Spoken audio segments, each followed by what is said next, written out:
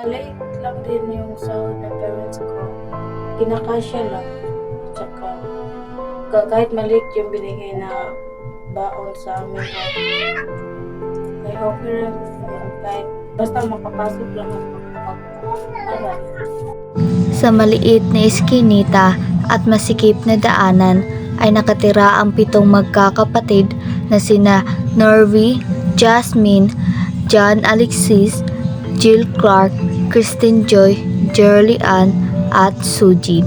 1 taon lang ang agwata ni Jasmine at John Alexis kaya magkasundo sila sa gawaing bahay at si Norvie at si Jasmine naman ay sa pagbabantay ng kanilang nakakabatang kapatid. Ako ay 8 taong gulang ay natutunan namin ang mga gawaing bahay at saka din yung pagdating ng pangatlo naming kapatid ay siya na rin ang aming katulong sa pagtulong sa mga gawaing bahay at nagsasalitan kami tatlo.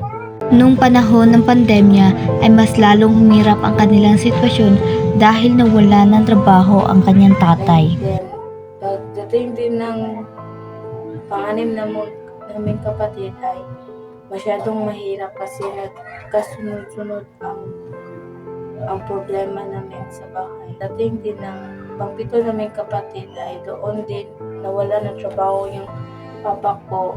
Minsan din daw ay kay Norvie na inaasa ang lahat ng mga gawain dahil siya ang panganay. Siya ang pang-anim sa aming magkakapatid at siya ay 3 taong gulang. Ito naman ang pang-7 na 2 taong gulang.